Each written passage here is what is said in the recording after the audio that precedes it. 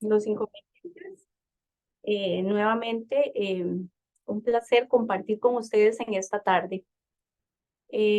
Como les decía, bueno, hablando un poco sobre el tema de los cuidados paliativos, vamos a hablar un ratito sobre el tema, vamos a ver la definición, algunos conceptos, y al final, pues ustedes van a tener la oportunidad o la opción de participar, hacer sus comentarios, hacer sus intervenciones y pues sus aportes, ¿verdad? Que son de gran importancia. Bueno, como les decía, el título es Morir bien, eh, porque para que hablemos del término de cuidados paliativos, tenemos que hablar del término morir bien. Y cuando hablamos sobre los cuidados paliativos, mencionamos la palabra muerte y la palabra morir, y vamos a ver cuál es la diferencia, y vamos a tratar de entender un poco estos conceptos. Ahí en su pantalla pueden observar varias imágenes. Entonces, al final pues, del tema de la charla, me gustaría que algunos pudieran eh, mencionar qué se les viene a la mente, en qué piensan, que interioricen un poco estas imágenes, ese título, y me digan en qué piensan cuando ven, por ejemplo, arriba que observan un reloj. Ahí vemos también la imagen de una calaverita, bueno, parte de la cultura mexicana, ¿verdad? Y de esta eh, forma de ser casi que de la vida de ellos, ¿verdad? Entonces, ¿qué piensan cuando ven esa imagen? También en la parte inferior vemos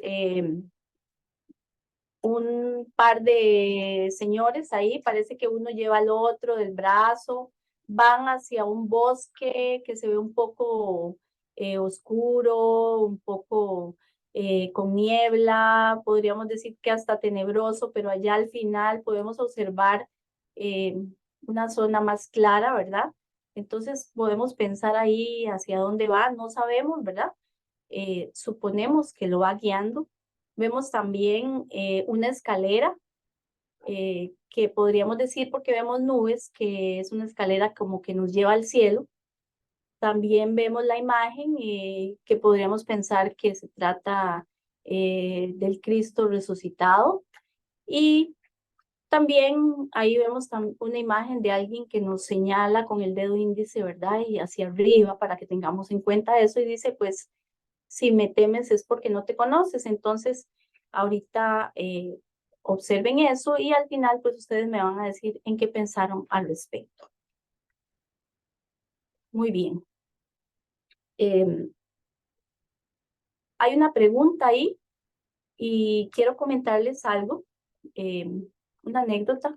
Cuando mi hija menor estaba en el colegio, llegó un día a la casa comentando que el profesor les había dicho levanten la mano quienes de acá escuchan hablar sobre el tema de la muerte. En sus casas, quienes hablan sobre este tema, quienes están acostumbrados a hablar sobre esto. Cuando ella levantó la mano, vio que sus compañeros, era un grupo como de 30 alumnos, eh, la vieron como algo extraño, como algo raro, qué extraño, ella levantando la mano, ¿verdad? Y se quedó ahí como un poco acongojada porque se sintió extraña, así me lo dijo ella, así me lo expresó. Entonces sí se sorprendió, ella se sorprendieron los estudiantes, sin embargo el profesor pues no se sorprendió porque empezó a comentar, ¿verdad? Algo que es real y es de que es un tema que no hablamos, del cual no estamos acostumbrados, ¿verdad? A tocar este tema, por lo menos en nuestra cultura. Tal vez algunos de ustedes pues dirán que sí, pero en realidad la mayor parte de las personas a las que uno les pregunta si hablan sobre este tema, si hablan sobre el tema de la muerte, y por lo general van a responder que no es, a pesar de que Hay frases, ¿verdad?, que estamos acostumbrados a escuchar y nosotros mismos pues lo decimos. Lo único que tenemos seguro en la vida es la muerte, ¿verdad? Y también oímos mucho, para morir solo hay que estar vivo. Entonces, a pesar de que es algo que sucede en nuestra cotidianidad y podríamos decir que es algo que no lo hablamos hasta que sucede más que todo en nuestro entorno cercano, hasta que lo vemos cerca, intentamos hablarlo y pues en realidad es un tema difícil de tratar, ¿verdad? Es difícil para todos. Eh, Bien, ¿y qué es la muerte? Pues según la Organización Mundial de la Salud, que es el organismo, el ente responsable de liderar todos los asuntos que tienen que ver con la salud a nivel del mundo, definen ellos la muerte como el final de un organismo vivo que ha sido creado a partir de un nacimiento. Y es decir, bueno, tan sencillo como que todo lo que ha nacido pues llegará a su fin y a través de un proceso que es la muerte. Y aquí pues recordamos, ¿verdad?, que estamos, digamos, en nuestro planeta, estamos los seres vivos, que somos, donde se trata de todos los organismos que han sido, que están formados a partir de ese nacimiento, como de los más pequeños, por mencionar un virus, hasta todo el sistema que conforma a un ser humano. Y también pues están las materias que son las inertes, pues como el metal, la piedra y todos esos otros materiales que no están formados a partir de ese nacimiento, ¿verdad? Mencionamos también que la muerte es el cese de la vida, el fin de los procesos biológicos y que es un proceso biológico, pues son todos aquellos que ocurren en todos los seres vivos. Estos procesos se realizan a través de reacciones químicas que van a causar o a ocasionar una transformación. Y esto nos permite a nosotros, pues, vivir, adaptarnos, subsistir y mantener ese equilibrio, ¿verdad? Todos estos procesos. Y de ahí, pues, hablamos de por ejemplo, los procesos fisiológicos que se forman a partir de las células, ¿verdad? Las células, los tejidos, los órganos y los organismos ya a un nivel más complejo. Hablamos también sobre cuando se da la muerte, pues se toma en cuenta también que haya muerte cerebral y pues al hablar sobre la muerte cerebral, estamos hablando de que se da completamente el cese de la función del cerebro, ¿verdad? Y aquí es diferente y cabe mencionar que mencionamos un paciente con muerte cerebral es diferente o una persona a una persona que está en un estado de coma. Cuando hay muerte cerebral ya no hay circulación, el cerebro ya ha perdido completamente su función y puede que la persona se mantenga sus otros órganos vitales, como mencionar el corazón, el hígado, los pulmones, si esta persona está adaptada a un ventilador que va a permitir que haya oxígeno a estas zonas, pero sería por un tiempo en realidad. ¿Cómo se determina? Pues a través de ciertos exámenes como el electroencefalograma que se va a ver y otros medios para ver la circulación que definitivamente no va a haber, no va a existir ahí hasta el nivel del cerebro. Entonces se determina pues que la persona también está con muerte cerebral y se denomina en este concepto de una persona pues prácticamente fallecida. Probablemente se pueda mantener un tiempo, pero sí al cabo de un tiempo va a perder la vida completamente. Si hablamos de la muerte también, según o desde una perspectiva religiosa, desde el concepto de la religión, indiferentemente de la que sea, se habla de que la muerte es como la separación del cuerpo y del alma, se habla de transición a un renacimiento, la reencarnación, de acuerdo a las múltiples religiones que hay. Entonces, Para algunos la muerte es un sueño, es un paso a otra vida, podríamos decir que es trascender, y para otros pues también se puede agregar que la muerte es un premio o un castigo de acuerdo a nuestra vida, nuestros actos, ¿verdad? Entonces, viéndolo desde esas perspectivas diferentes. Y bueno, ¿qué podemos hablar de la muerte y nosotros como seres humanos, ¿verdad? Y diríamos que desde los inicios y la historia de nuestros antepasados, nuestros ancestros, el ser humano pues se ha visto intrigado, se ha visto fascinado o asombrado por este tema.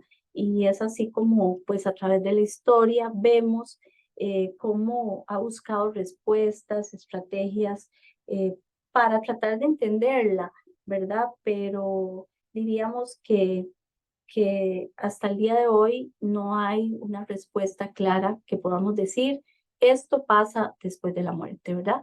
Creemos y tenemos muchas esperanzas y muchos criterios al respecto, pero es un tema que a pesar de desde que el ser humano existe, no hay algo claro que podamos decir, ¿verdad? Con bases científicas, esto y esto, pues sucede después de la muerte.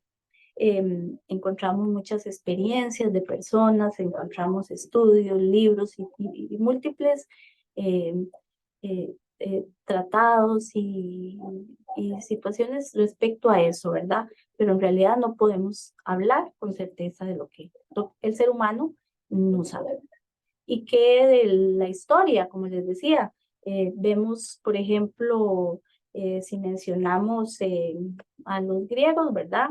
Eh, eh, Se dice que para ellos las enfermedades, por ejemplo, cuando habían enfermedades que eran incurables, ¿verdad? Y ellos tienen amplio, ¿verdad? Historia de cómo manejaban y la historia de la medicina y todo esto, ¿verdad? Que vemos que estaban muy avanzados en todo eso. Sin embargo, para ellos las enfermedades incurables no se trataban porque esto significaba que iban a desafiar a los dioses. Y también para ellos era parte el tema de la muerte, tenía que ver todos los ritos funerarios que realizaban y que encontramos en la historia, que era de gran importancia y a más estatus social, a más importante era la persona, pues así tenían que ser todos estos ritos. Si no se realizaban de la manera pues que la sociedad de ellos indicaba, eh, se decía pues que los espíritus de la persona que había fallecido iba pues a vagar o a ser condenada eternamente y iba a estar presente. Entonces, por eso era de gran importancia cumplir estrictamente con todo como, como indicaba la sociedad. Para los egipcios, bueno, para ellos era muy importante, por ejemplo, el tema del embalsamamiento, porque y las prácticas funerarias pues indicaban que las personas iban a trascender a otra vida. Entonces, por eso entre mejor eran el embalsamamiento y ponían mucha atención a esto y eran expertos en todo esto porque ellos lo vemos igual, ¿verdad? En las momias que se conservan con muchas características todavía que se puede observar cómo eran las personas. Entonces, de acuerdo, entre más perfecto era esto, pues para ellos era mejor porque se mantenía la identidad de la persona y así también las tumbas de ellos estaban provistas de todo lo que necesitaran en la otra vida. Para los judíos, podemos mencionar, ¿verdad? Y lo vemos en la Biblia, por ejemplo, en el Antiguo Testamento, que la enfermedad era un signo de impureza. Algunas personas, ciertas enfermedades que se mencionan, las personas tenían que salir de los campamentos y se apartaban completamente. Y las manifestaciones, por ejemplo, del duelo para ellos son extensas y hasta el día de hoy eh, ellos manifiestan posterior al fallecimiento de una persona, eh, tienen 3 días en los que se dedican a estar en su casa sin recibir visitas, en una manifestación de duelo, de llanto y de lamentación. Entonces, esto les permite a ellos sacar todo eso que sienten, todo ese dolor, pero ahí a la intimidad no reciben visitas de nadie. Después de estos 3 días, pasan 7 días en que ya llegan sus vecinos, sus personas más allegadas, y entonces pues eh, se va haciendo un proceso, posteriormente se convierte en un mes y después hasta en un año, y todo va con un esquema que les ayuda pues a manejar este periodo, ¿verdad? De pérdida o cuando alguien ha fallecido. Para la cultura maya, por ejemplo, ¿verdad? Que fue una cultura que estuvo en México y algunas partes de América Central. Ahí vemos que para ellos eso era parte de lo cotidiano, de lo normal, y significaba pues un renacimiento a otra dimensión. Y era un cambio de estado, nada más la muerte, y creían pues en la reencarnación, y cómo ellos iban a volver otra vez a estar en su sociedad en forma tal vez de un ave o de forma de niño. Entonces, son diferentes formas que ha visto el ser humano todo lo que tiene que ver con el tema. Para nuestra cultura, y mencionando pues la cultura oriental, perdón, para ellos la muerte es un momento de tránsito, es muy aceptado, y a los niños desde pequeñitos se les enseña, se les habla, de manera que cuando llegan a la edad adulta lo ven como un tema de la vida cotidiana y de la vida normal, que no les cuesta hablar, y para ellos en realidad no es la muerte ni algo negativo ni algo positivo, es tan solo algo que es natural. Y nosotros en nuestra cultura occidental, pues no es un secreto que lo vemos como algo de impacto, de dolor, de temor. Y como les decía anteriormente, aunque sucede constantemente, pues tendemos a no hablarlo, a no expresarlo, porque nos genera, ¿verdad? Esa sensación de algo que es desconocido y que, como les mencionaba, es de gran impacto. Y bueno, igual hablando pues de nuestra cultura, de la época actual, la muerte es un tabú, es un tema tabú del cual no nos gusta comentar, eh, nos es difícil, eh, es un tema de dolor, eh, no deberíamos de expresarlo en público, nos dicen que nos contengamos, que no es, o sea, que primeramente cuando fallece una persona, eh, casi que lo que decimos es no llore, ¿verdad? Y entonces como que nos hemos acostumbrado a eso, a que no debemos expresarlo, porque tal vez es un signo de debilidad, ¿verdad? Si lloro, si me ven llorando, eh, que si una persona se expresa mucho, pues se va a decir que tiene una crisis nerviosa o que está deprimida, y entonces pues tratamos de, de, de intentar quitar o disminuir todas esas sensaciones y ese proceso pues que debería darse normalmente, entendiendo que es parte de lo que necesitamos como personas. Y volvemos a eso, ¿verdad? El término debilidad de carácter, ¿verdad? Es una persona muy débil que no ha logrado superarlo, que no puede, o que está, que puede pasar cualquier cosa, que se va a deprimir, que se va a enfermar, es lo que tendemos a hacer, ¿verdad? En una época, ¿verdad? En la que estamos también, en donde se habla de la glorificación del cuerpo, ¿verdad? Necesitamos tener salud, necesitamos ser jóvenes, entonces necesitamos ir al gimnasio. Todo eso es bueno, todo eso es necesario, todo eso es parte de nuestro cuidado, pero entonces tendemos, ¿verdad?, que la muerte tenemos que excluirla definitivamente de nuestro vocabulario.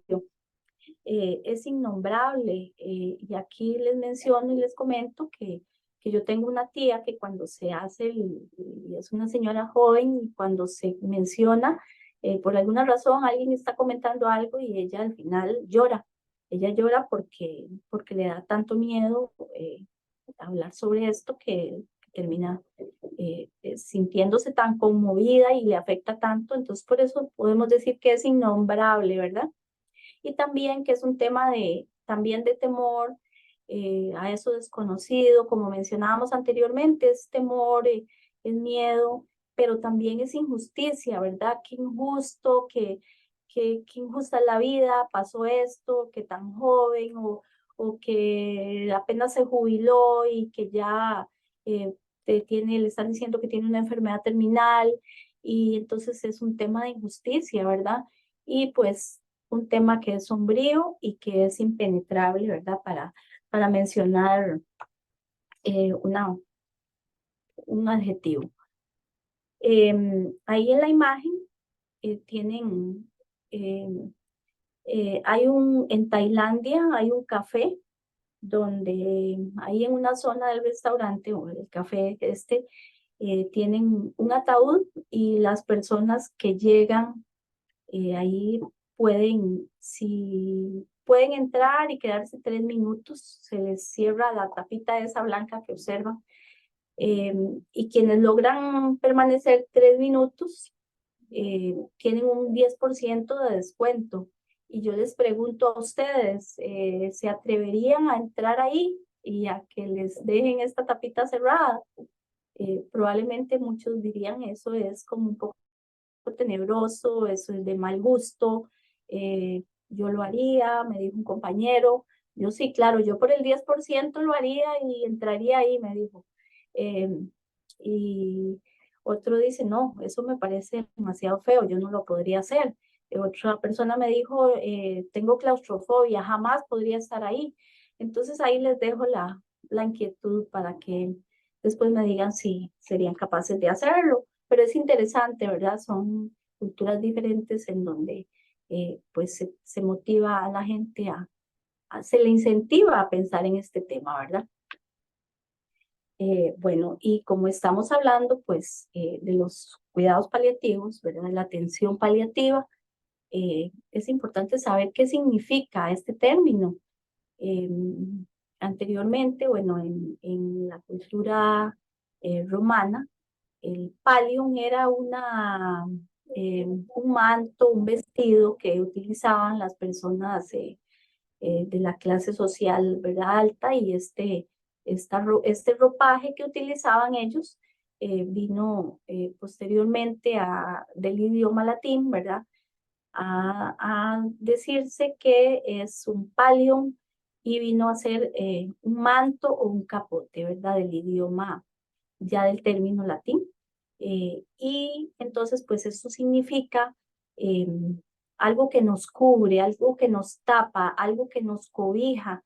Y en cuidados paliativos hablamos de que si no podemos eliminar una enfermedad, ¿verdad? Que ya está ahí, o un dolor, o algo que está afectándonos, pues vamos a tratar de disminuir eh, lo que implica, ¿verdad? Vamos a tratar de combatir o a limitar este dolor o a mitigar este dolor. Eso significa el término paliar.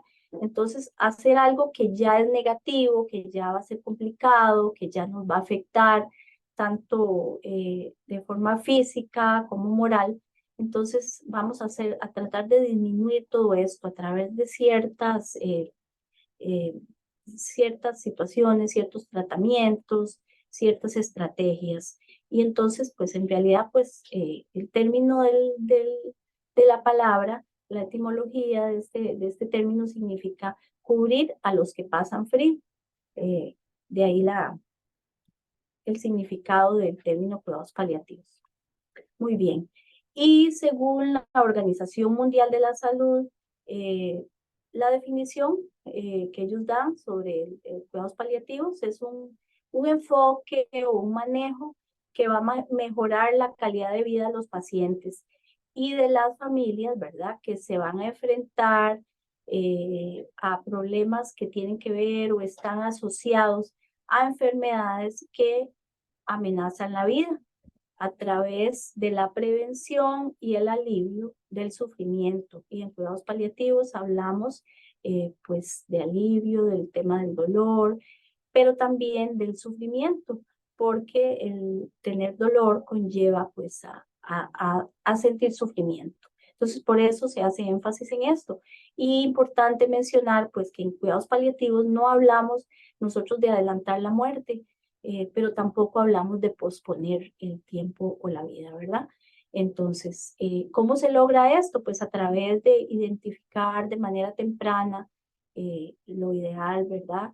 Los problemas que se estén presentando, las enfermedades, eh, hacer una evaluación sobre toda la situación del paciente, del familiar, de todo ese entorno que se presenta y tratar, como decíamos, como mencionaba antes, del dolor y otros problemas que se asocian, ¿verdad? Cuando se presenta alguna enfermedad. Y estos problemas pues pueden ser tanto físicos, psicológicos, sociales y espirituales. Y un poco más adelante vamos a ver por qué vemos estas diferentes áreas que nos conforman a nosotros pues como seres humanos, ¿verdad? Somos más que esto físico que ustedes están viendo en mí, somos algo un poco más profundo y ahorita vamos a ver eso. ¿Y qué es pues la enfermedad terminal o la enfermedad amenazante para la vida? Bueno, hablamos de una enfermedad que eh, no tiene tratamiento curativo, ¿verdad? Que ya está definida por un diagnóstico, que es avanzada y que es progresiva, que según, ¿verdad? Eh, eh, el concepto pues nos dice que va a llevar a la muerte en un tiempo que puede ser de 6 meses. Es un término que se da, pero en realidad no podemos decir que una persona que se le diagnostica una enfermedad terminal va a vivir 6 meses nada más, ¿verdad? Eso es variable, por eso dice que un tiempo variable, ¿verdad?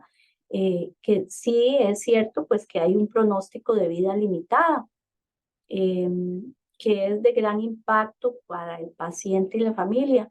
Y devolviéndome pues a esto de pronóstico de vida limitada, cuando visitamos, cuando tenemos un paciente que visitamos en su casa, siempre nos hacen esta pregunta, ¿cuánto le queda de vida a la persona? Porque el doctor me dijo esto, ¿quién me dio el diagnóstico? Y siempre pues el doctor menciona el hecho de que eh, estamos aquí, probablemente nosotros en este momento no tenemos ninguna enfermedad complicada o que nos amenaza la salud. Entonces es muy probable pues que esa persona vaya a fallecer antes que nosotros, ¿verdad? Pero no podemos hablar tanto así, ¿verdad? Específicamente de un término en tiempo. Y que es de gran impacto para el paciente y para la familia, por supuesto, ¿verdad? Ya que de esto va a causar muchos cambios en toda la dinámica familiar, los cambios emocionales y todo lo que se va a ir presentando pues poco a poco con el avance de esta enfermedad, ¿verdad? Todos los cambios a nivel de familia, todo lo que hay que hacer que probablemente pues en algún momento hemos pasado por situaciones así. Gran demanda también, ¿verdad? Es una enfermedad que tiene gran demanda de atención y atención y soporte, y eso es lo que busca pues los cuidados paliativos, estar ahí presente en ese acompañamiento que requiere la familia, las personas, brindando todo lo que es la educación, la atención y de cada situación que se va a ir presentando en ese proceso. ¿Y cuáles son los objetivos?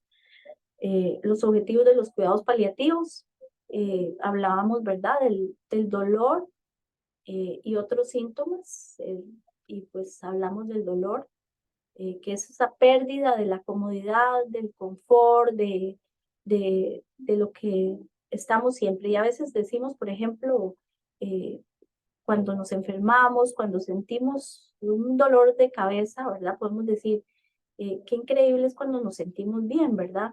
Y estamos tan acostumbrados a sentirnos bien, a no sentir dolor, que a veces no pensamos o no medimos, no tenemos idea de lo que significa el dolor, el cambio que genera para una persona el vivir con dolor a nivel de todos sus sistemas, ¿verdad?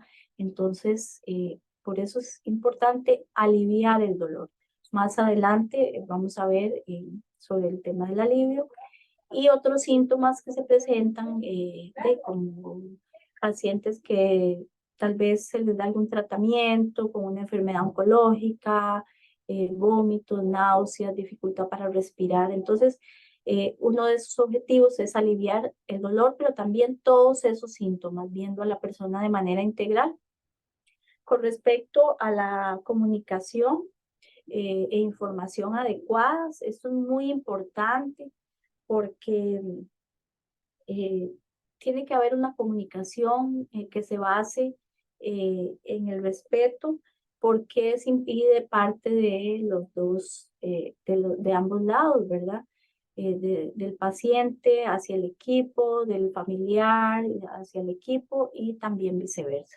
¿Y por qué? Bueno, si hay confianza, si hay comunicación, si esta es una comunicación adecuada y hay confianza, se van a poder determinar cuáles son las necesidades pues que tiene ese paciente, que tiene esa familia y que tiene ese grupo familiar, ¿verdad? Entonces, van a poder darse la atención de una mejor forma, encontrando, ¿verdad? Cada necesidad específica. Eh, Hablamos también de los objetivos. Otro objetivo es el respeto a la autonomía y esto es muy importante porque esto se basa en la libertad que tenemos, o, ¿verdad? O el derecho también que tenemos en las decisiones, ¿verdad? A ser informado o no, en lo que yo quiero, en lo que yo desearía ante tal situación, en lo que yo, a los procedimientos que yo quiera someterme. O sea, yo soy una persona que tiene autonomía y que es libre y que tiene derecho a decidir lo que yo quiero. Más adelante ampliamos sobre esto. Otro objetivo es el apoyo a la familia y a los cuidadores.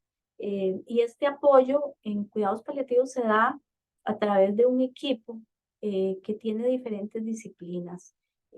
Pues hay un profesional médico, profesional de enfermería, un equipo es interdisciplinario donde contamos con un especialista en psicología, profesional de la farmacia, de nutrición, de terapia física. Entonces, ese apoyo se brinda por parte de un equipo y entre todos, entre este equipo y la familia y los cuidadores, pues vamos a hacer que el paciente o la persona que está enferma o que está en esta etapa esté mejor en todos los aspectos, tratando de cubrir todas esas necesidades que se van a ir presentando. Y por supuesto, pues dando ese soporte que se requiere y esa continuidad, porque el proceso puede ser muy corto, puede ser pues extenderse y entonces ahí ese es el objetivo, un objetivo muy importante, mantenerse ahí en apoyo, en comunicación, en acompañamiento para, para llevar ese proceso. Y también otro objetivo es brindar atención en el duelo.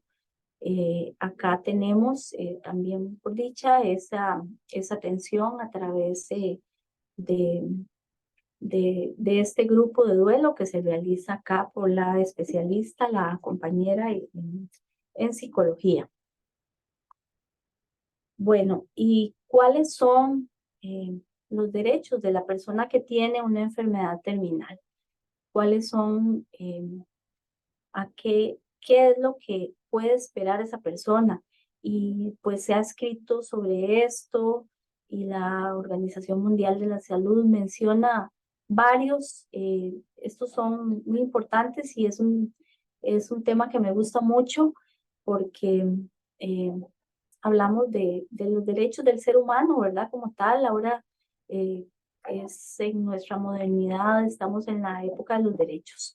Tenemos derechos desde que nacemos, ¿verdad? Y cada derecho, para todo tenemos derechos, pero ¿cuáles son los derechos que tenemos nosotros cuando estamos en esa etapa, cuando estamos vulnerables, cuando tenemos tanta necesidad? Bueno, estar libre de dolor. Yo tengo derecho, si me diagnostican una enfermedad terminal, a no tener dolor, porque en la actualidad y por dicha que nuestro país está muy avanzado en este tema, eh, en cuanto al tema de, del dolor y el acceso a los medicamentos que se requieren. Y es una forma, por ejemplo, de medir la calidad en cuanto a al manejo de enfermedades terminales y de cuidados paliativos, el tener el acceso, por ejemplo, a la morfina. Entonces, eso es muy importante, estar libre de dolor, ¿verdad?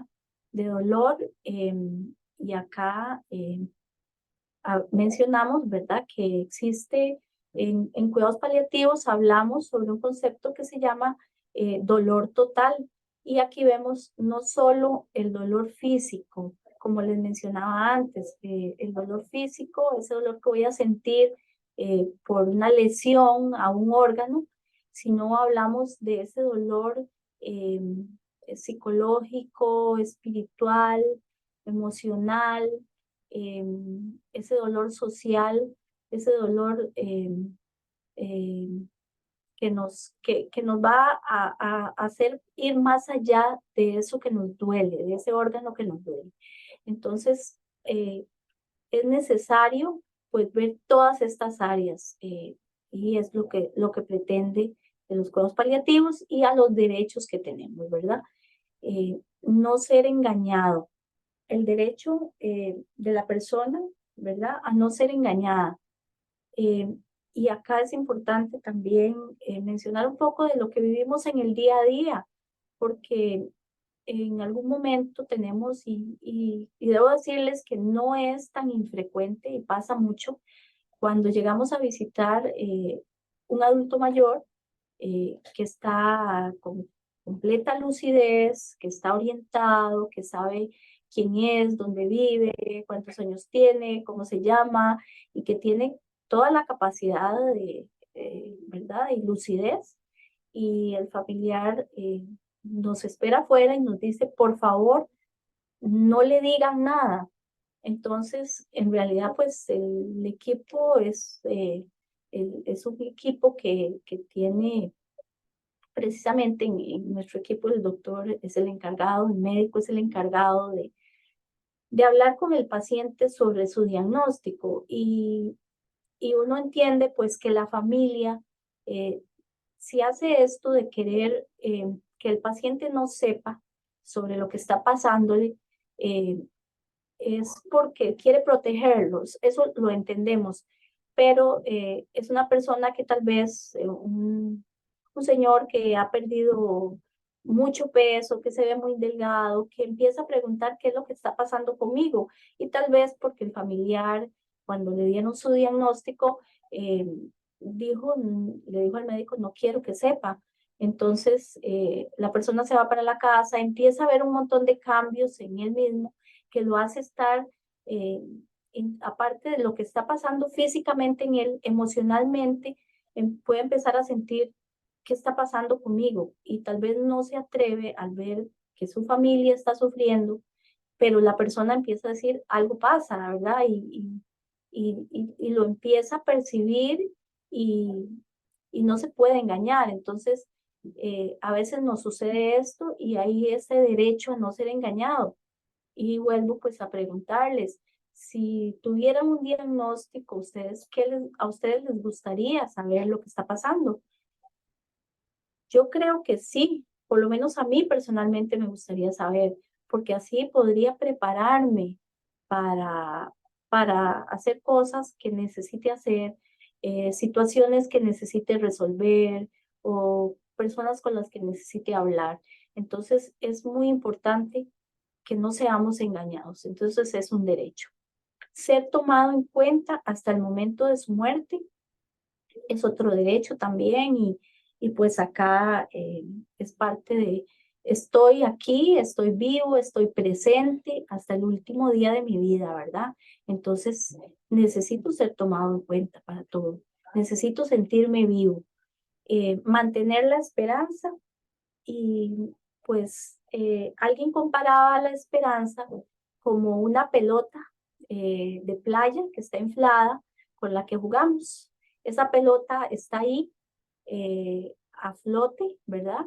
Y nos sirve, nos da alegría, nos da felicidad, nos divertimos con esa pelota, pero el momento y se mantiene ahí para ese efecto, ¿verdad? Se mantiene ahí hasta que le quitamos el taponcito y lo desinflamos. Entonces, en ese momento se desinfla y ya no tiene su funcionalidad. Entonces, esa es la esperanza. Eh, con respecto a esto, tal vez me devuelvo un poquito al tema de no ser engañado para aclararlo un poquito, de que siempre se menciona y los equipos de cuidados paliativos le van a decir al paciente lo que él desee saber. Y si la persona dice, yo no quiero saber nada, porque probablemente el médico le va a preguntar, usted se le están haciendo exámenes, tiene un examen pendiente, a usted le gustaría saber que, cómo salen los resultados y en algunas ocasiones los adultos mayores nos responden, eh, no quiero saber nada de esto, hable con mi familia. Y en otras ocasiones nos dicen, quiero saber, claro que sí quiero saber qué pasa conmigo, doctor. Entonces, volviendo a eso, entonces no es que vamos a llegar a decir, o el doctor va a llegar a decir, no, mire, usted tiene esto así, así, y va a morir en 6 meses.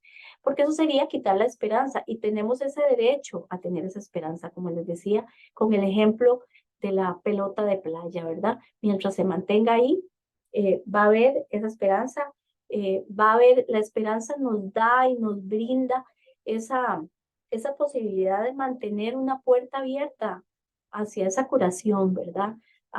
Eso que anhelamos o eso que queremos. Y eso pues no significa eh, que no vamos a tener, estar claros con la realidad que está presente.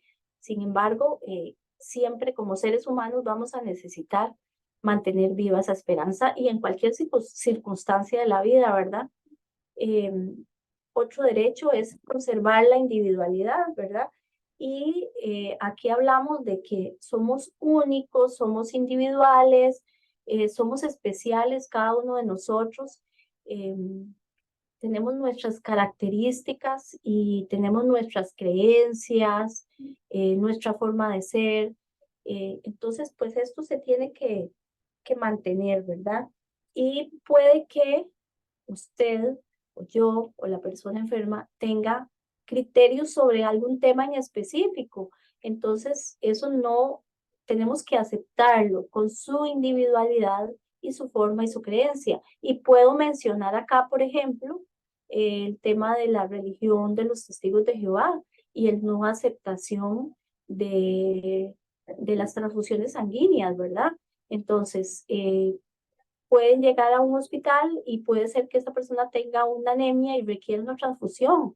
Pero si esa persona no lo desea por su convicción y su criterio, pues no tenemos derecho a juzgarla y a decir, qué extraño, tendría facilidad con una transfusión de, de mejorar, pero es su criterio, es su individualidad, es su persona y entonces tiene su derecho.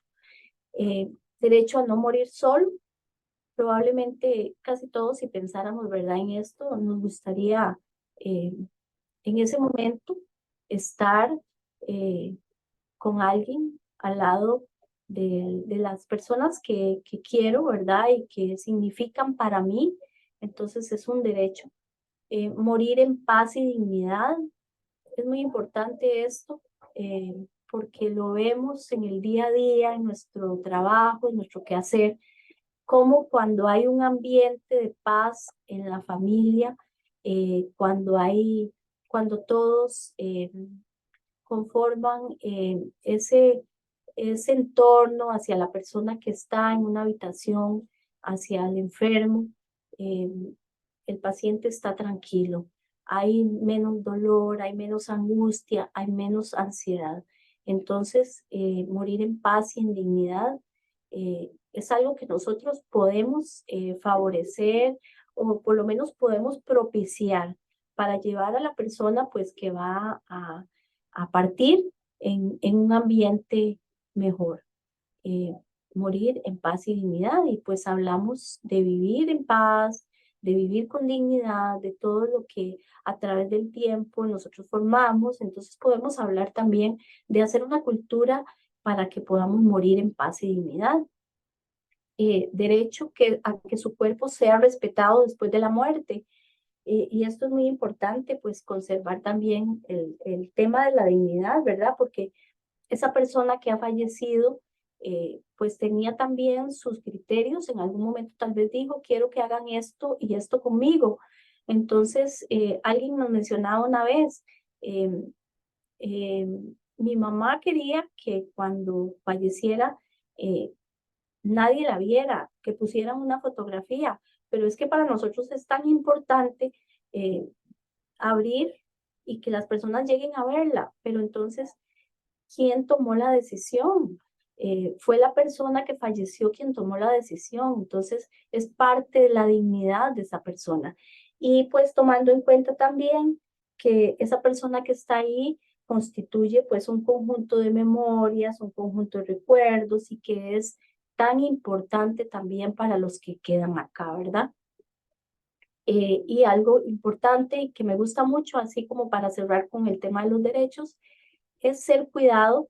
Tengo derecho a ser cuidado por personas que sean sensibles, por personas que comprendan las necesidades.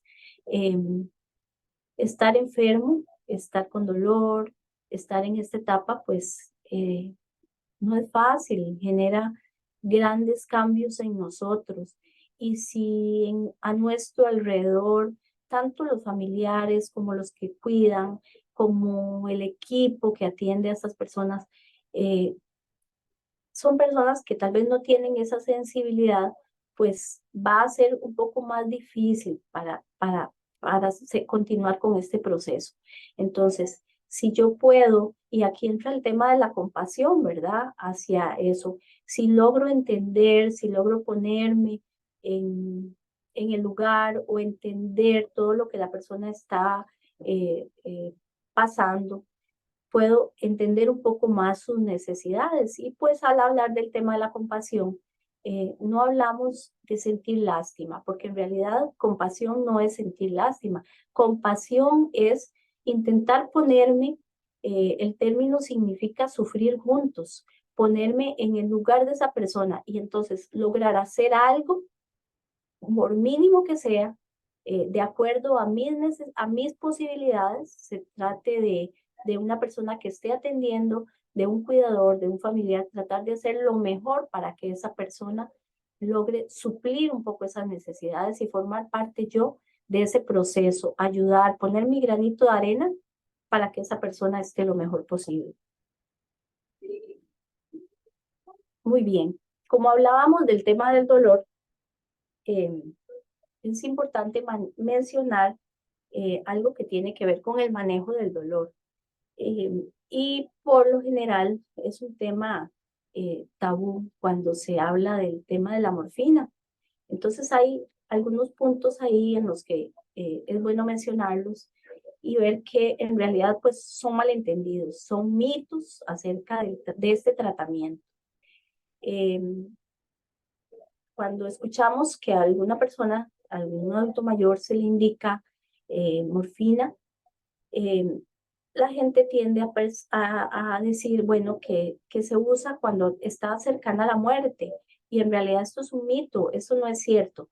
La morfina es un medicamento que, como les mencionaba antes, con el que contamos, ¿verdad? En la actualidad, que por dicha es un medicamento que es muy bien tolerado por el paciente y que se utiliza en realidad no solo para una persona que está en su lecho de muerte, porque la morfina se puede utilizar para disminuir, aparte del dolor, para disminuir la dificultad respiratoria en algunos pacientes, en un proceso de una persona, incluso una persona joven que se le haya realizado una cirugía, en un servicio de emergencias, alguien que llega con un dolor agudo. Entonces, en realidad esto es un malentendido o un mito, que la morfina tiene muchos efectos secundarios.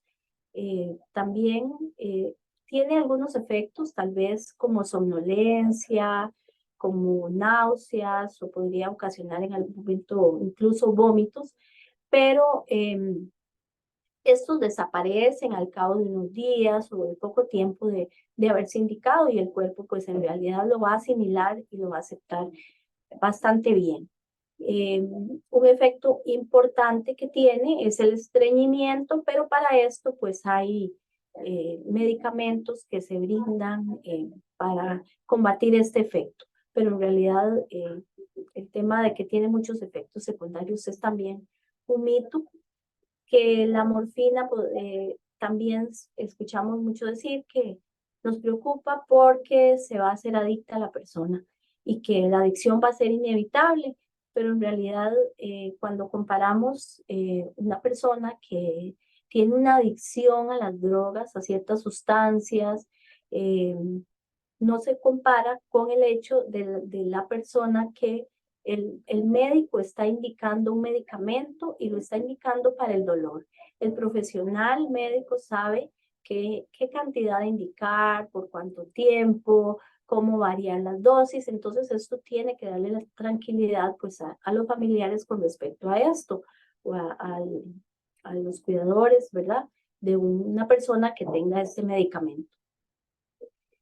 Otro mito también es que se habla de que la morfina deja a la persona atontada, que causa euforia, que causa muchos efectos, ¿verdad? Que le van a causar alteración, ¿verdad? En su mente.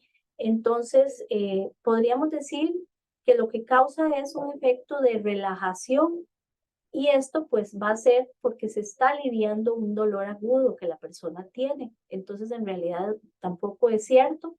Y también, se habla de que es una forma de aplicar la eutanasia, ¿verdad? Y el término eutanasia, pues nos referimos al acelerar la muerte, ¿verdad? Producir la muerte, cosa que tampoco es cierto, ¿verdad? Porque es un medicamento, pues que ya está comprobado que lo que va a causar es alivio del dolor. Muy bien. Eh, hablábamos entonces de dos conceptos o dos palabras o dos términos, ¿verdad? Y uno es muerte y otro es morir. Entonces, nos referimos, como vimos anteriormente, al proceso de muerte como el fin de la vida, y el proceso, y la palabra morir va a ser el proceso que lleva a que se dé este evento que es la muerte. Y pues, como hablábamos anteriormente, ¿verdad? El tema de la muerte, pues es un poco difícil de abordar. Y sí hablamos, sin embargo, ¿verdad? Y vemos ahí que el título dice condiciones para una buena muerte. Eh, Pasamos nuestra vida hablando sobre todo lo que es bueno para la vida, todo lo que es bueno, todo lo que nuestros planes, nuestros proyectos, nuestras metas, ¿verdad? Y hablamos de una buena vida. Entonces podríamos decir que suena un poco, eh, tal vez complicado decir una buena muerte, pero en realidad no, debemos prepararnos para tener una buena muerte. Y haciendo un análisis, pensamos y buscamos, bueno, ¿y a qué se refiere? ¿Cómo sería lo ideal para tener una buena muerte? Eh, y entre estos puntos que encontramos, ¿verdad? Se habla de morir donde se prefiera. Y yo les pregunto, ¿dónde les gustaría a ustedes morir? Eh, ¿Dónde quisiera morir? Y eso es importante. La mayor parte de la gente pues diría probablemente, a mí me gustaría morir en mi casa, morir en mi casa, morir en mi cama, morir en paz, tranquilo, eh, preferiblemente no morir en un hospital, no morir con mangueras, porque ese es el término que se utiliza, no morir con vías o con cosas que me hagan, que me causen sufrimiento. Eh, entonces, morir donde prefiramos, ¿verdad? Control del dolor y el sufrimiento, ¿verdad? Porque el dolor no tratado, pues lleva en muchas ocasiones al sufrimiento, el desarrollo de la espiritualidad. Y cuando hablamos del desarrollo de la espiritualidad, aquí hablamos sobre la importancia de esa conexión que yo tengo con ese ser superior. Y no hablamos necesariamente del término religión, ¿verdad? Porque igual, si la profesamos está bien. Todo esto nos ayuda a sentirnos mejor, a sobrellevar estos procesos. Pero entonces dejando una religión u otra, el desarrollar este concepto de que tengo, creo, ¿verdad? Creemos en ese ser superior que nos ayuda, que nos acompaña, que que nos da esa sensación de que no estoy solo, de trascendencia también, ¿verdad? Voy a otra vida, voy a dar un paso y pues ese ser superior nos ayuda en ese momento. Entonces, esa parte, esa parte de ese ser superior. Luego también eh, ese legado que nosotros dejamos como personas, ¿verdad? Ese concepto, esa área que nos hace a nosotros trascender, dejar atrás, ¿qué dejamos atrás nosotros? ¿Qué dejamos en nuestra familia, en nuestros hijos, o en nuestros familiares, o en nuestros amigos? ¿Qué queda de nosotros, verdad? ¿Qué queremos cómo queremos que nos recuerden? Eh, ¿Qué, qué hice yo que me dio felicidad? Todo esto es parte de ¿qué quiero hacer antes de irme? ¿Cómo voy, qué voy a sentir yo en mi corazón, en mi mente, con todo esto que estoy viviendo? Entonces, todo esto significa es que nos permitan, ¿verdad? Que nos permitan desarrollarnos de esta forma. Y aquí menciono algo importante. Eh, es importante que se le permita a la persona que está en esta etapa eh, poder expresar lo que quiere al respecto. Sea que mi religión fue la religión evangélica, cristiana, o que mi religión es la católica, o que soy budista.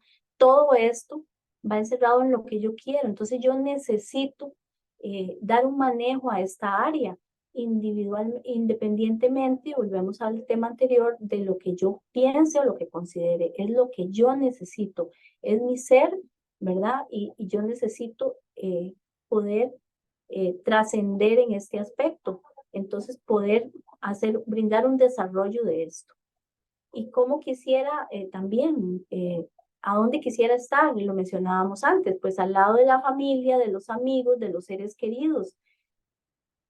Tendemos a decir que cuando una persona está en la casa y está en esta etapa, eh, no debe recibir amigos o no debe recibir tantas visitas, pero hemos llegado a algunas casas en donde el paciente nos dice, es que yo quisiera hablar con este amigo o en el otro, pero casi nadie viene aquí porque no dejan que nadie venga. Entonces, todo eso es necesario, preguntarle a la persona qué, qué quiere, a quién quiere ver a una persona o quiere estar solo, quiere estar con nosotros, o qué quisiera usted. Entonces, si estamos al lado de las personas que son de nuestro entorno cercano, los que son significativos para nosotros, pues vamos a tener condiciones también para tener una buena muerte.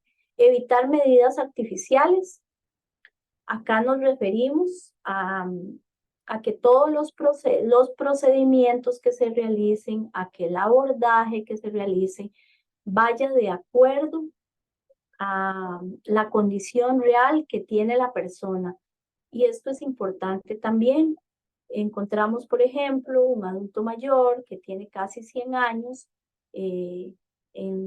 que ha estado siempre, que quiso decir que quería estar en su casa, que quería estar con su familia cuando llegara este momento y al final tal vez por la angustia de la familia, ellos nos insisten tal vez en que la persona ya no está ingiriendo alimentación y tal vez la persona dijo, no quiero estar, no quiero morir en hospital y tal vez por la angustia de la familia, pues al final fue llevado y terminó falleciendo en un hospital, tal vez con una sonda para la alimentación, con sueros y con muchas medidas que tal vez lo que le causan a la persona es sufrimiento.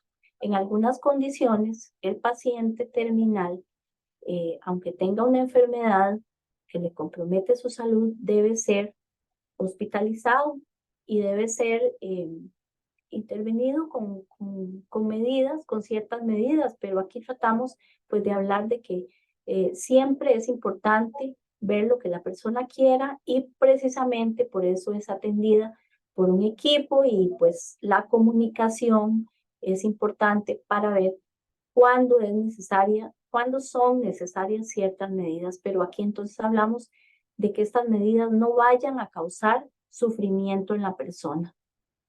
Y también, pues una condición es evitar lo que se llama, y lo que hablamos nosotros, que se llama la conspiración del silencio.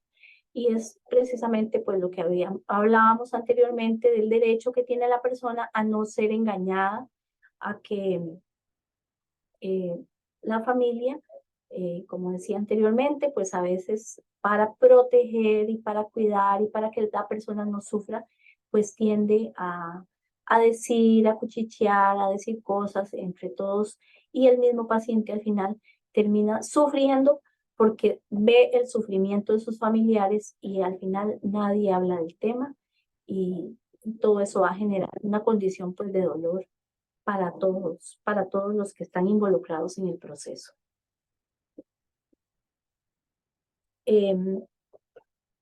Una pincelada acerca de lo que significa el tema de las voluntades anticipadas. En el 2022, en mayo del 2022, se formuló una ley que se llama, inicialmente se habló de un testamento vital, pero después se denominó voluntades anticipadas.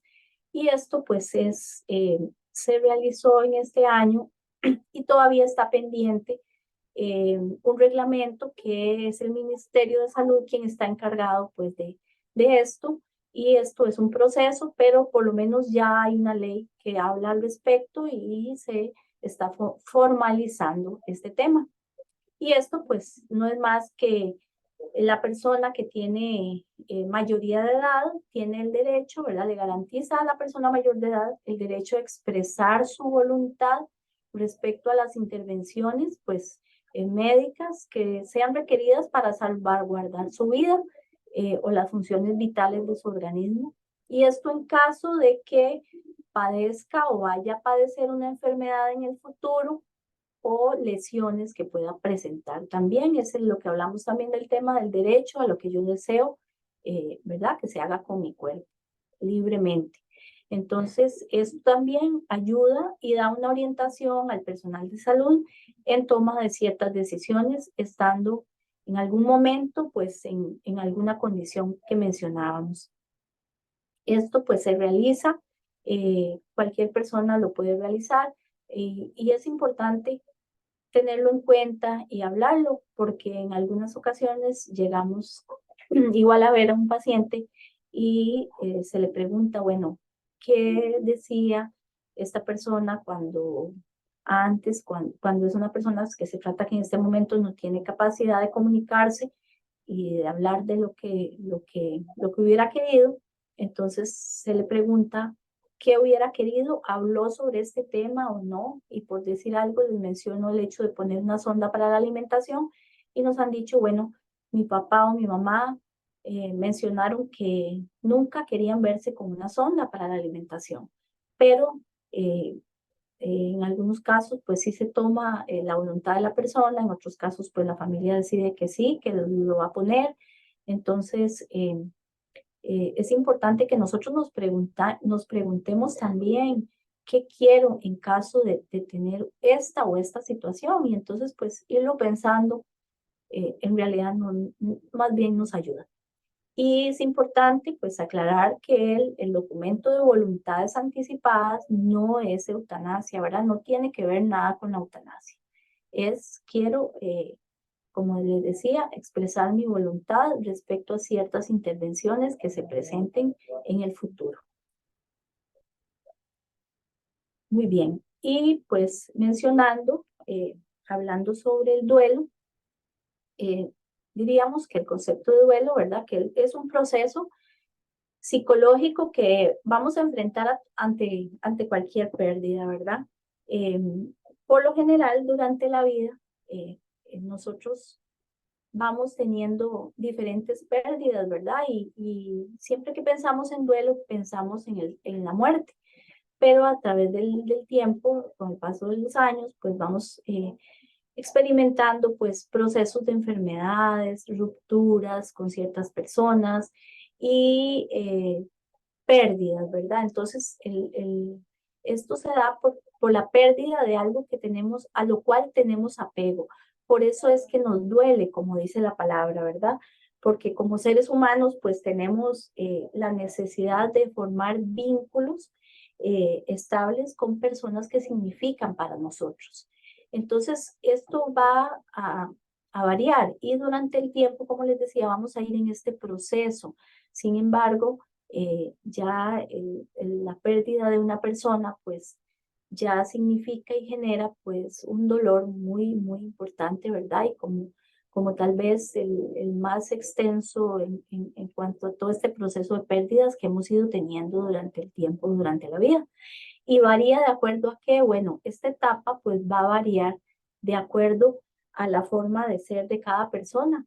Eh, Va a variar va a tener que ver con las circunstancias en que en que se dio la pérdida, eh, la forma en que nos relacionábamos con la persona que hemos perdido, si hubo conflictos con esta persona, si se resolvieron o no se resolvieron, eh, la madurez emocional que tengamos, y también el entendimiento que tengamos de la naturaleza humana, ¿verdad? De que estamos aquí y que nacemos y vivimos y que vamos a llegar al fin de la vida. Entonces, todo esto va a tener que ver con la forma en que yo vaya a vivir o me vaya a desenvolver en este proceso. Y hay, bueno, una doctora, una psiquiatra suiza, ella definió las etapas del duelo en 5 etapas. Eh, y estas etapas se mencionan, por ejemplo, la negación, que es la primera. Cabe mencionar que esto está en la literatura, ¿verdad? Es de todo lo que los estudios que se han hecho, pero en realidad no hay una secuencia, ¿verdad? Porque las personas pueden variar las diferentes etapas.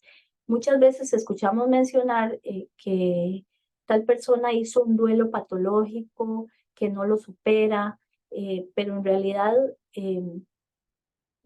sí mencionaríamos, ¿verdad? Es importante que vayamos viendo estas etapas y que tengamos en cuenta también que no hay tampoco un límite, un término. A veces se habla de que una persona que pierde a un ser querido, pues a los 6 meses tiene que haberse recuperado, que al año tiene que haberse recuperado. Esto es muy variable y pues nos gusta no hablar de tiempo, sino de conocer en qué consisten estas etapas y cómo hacer para mejorarlas.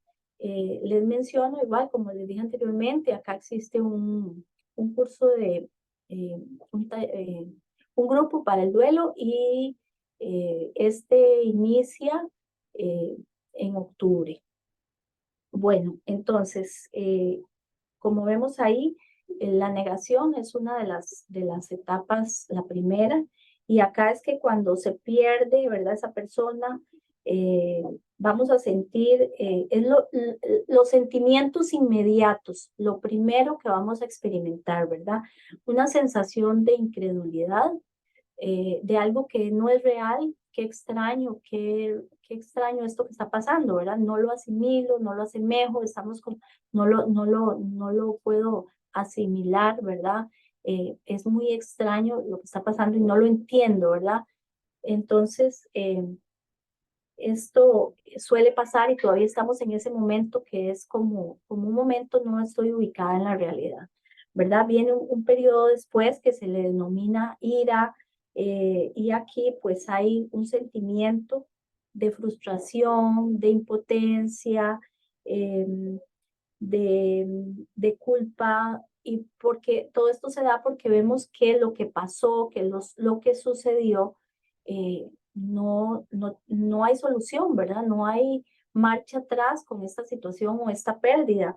Entonces ahí pues incluso podemos experimentar un sentimiento de culpa, y también aquí se presenta mucho la situación en que intentamos pues también decir pues esta situación es culpa de alguien. Esto es parte de este proceso. Hay una etapa, la tercera, que se llama la negociación. Y aquí pues ya va habiendo como un poco más de contacto pues con la realidad, y se intenta también, veo lo que está sucediendo, pero también decimos, bueno, ¿qué hubiera pasado si yo hubiera hecho esto? Tal vez esta persona no habría fallecido si hubiera visto este diagnóstico antes. O también, ¿verdad? Pues aquí hablamos de esta etapa cuando a una persona se le ha diagnosticado una enfermedad terminal, por ejemplo, y entonces podría decir, bueno, si hago esto, si cambio esta actitud, pues voy a recibir un cambio, o Dios me va a perdonar o me va a sanar, o si recibo este tratamiento. Entonces se entra en esa etapa de negociación, eh, como lo dice la palabra, y hay ese contacto más cercano a lo que está pasando. Luego viene una etapa que se llama depresión y también se le denomina una etapa de tristeza o de dolor. Y es que aquí ya vemos claramente que tenemos una pérdida, y la persona podría entrar en esta etapa, ¿verdad? De tristeza profunda, eh, que posteriormente va a pasar a una etapa de aceptación, y aquí pues ya va a haber un razonamiento, ya aquí va a haber un estado como de más calma, de entender lo que pasó, y se asemeja ya acá a una herida que tenemos, ¿verdad? Podemos ver esa herida, está presente, va a estar ahí, pero en realidad ya no nos va a doler porque ya va a cicatrizar. Y bueno, ¿qué estrategias eh, podemos implementar en este caso? Es importante la compañía de otras personas para poder manejar un proceso de este tipo. Entender que no podemos ir rápido, que no vamos a dejar de sentir ese dolor. Eh, Cada uno va a vivirlo de acuerdo a, como mencionaba antes, a sus experiencias y a todas estas características que pasaron previo a la pérdida. Eh, y algo muy importante que me mencionaba la compañera de psicología es intentar reubicar emocionalmente esta persona que perdimos, ¿verdad? O este estado que yo estoy perdiendo, eh, intentando entender que vamos a mantener el recuerdo, ¿verdad? Que, y eso nos posibilite reubicarlo en otra etapa, ¿verdad? No en esta etapa que estoy en este momento, sino en hacer un reajuste para que pueda ubicar a esta persona en otra etapa de la vida, ¿verdad? Y así poder entender que vamos a ir obteniendo estos cambios y poco a poco, como les decía. Ella mencionaba algo importante, que decía que también pensar que no debemos conocer algunas creencias que son erróneas cuando estamos en este proceso.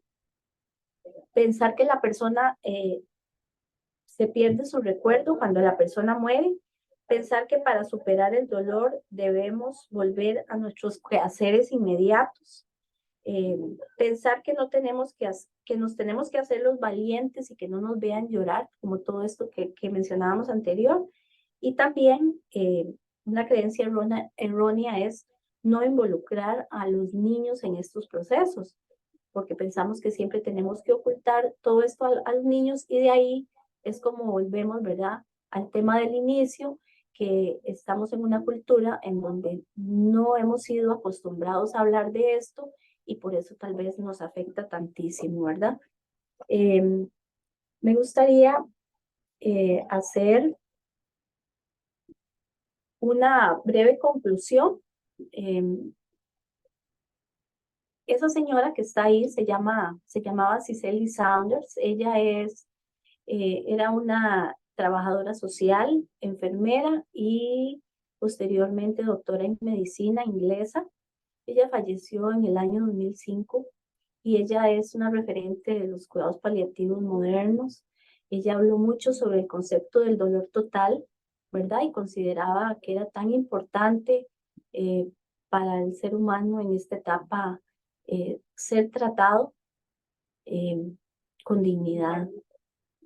Y ella dijo esto: usted importa por lo que usted es, usted importa hasta el último momento de su vida, y haremos todo lo que esté a nuestro alcance, no solo para que muera de manera pacífica, sino también para que mientras viva lo haga con dignidad. Y les mencionaba esta conclusión que dice que la muerte y el bien morir son conceptos para reflexionar, que nos permiten reconciliarnos con nosotros mismos y con todos con quienes hemos compartido nuestra vida, dando y recibiendo gracias, perdonando y sintiéndonos perdonados. Y este concepto será para cada uno de nosotros individual, de acuerdo a las creencias, a las características, a los aspectos físicos, psicológicos, intelectuales, sociales y afectivos, y por supuesto a la forma en que hayamos vivido nuestra vida. Quiero agradecerles muchísimo su atención y estamos a la orden por cualquier comentario o cualquier consulta que deseen realizar. Muchas gracias. Perfecto. Si gusta, dejamos de grabar, Sonita.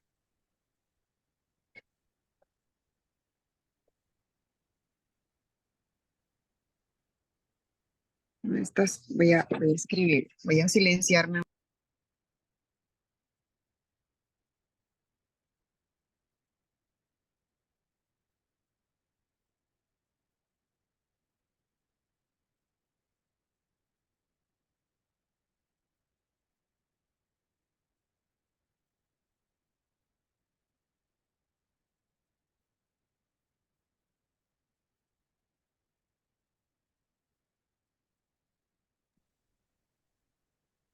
Debe ser que está Padilla, tal vez marcarle un toquecito ahí al 7792. Ahorita escuchamos.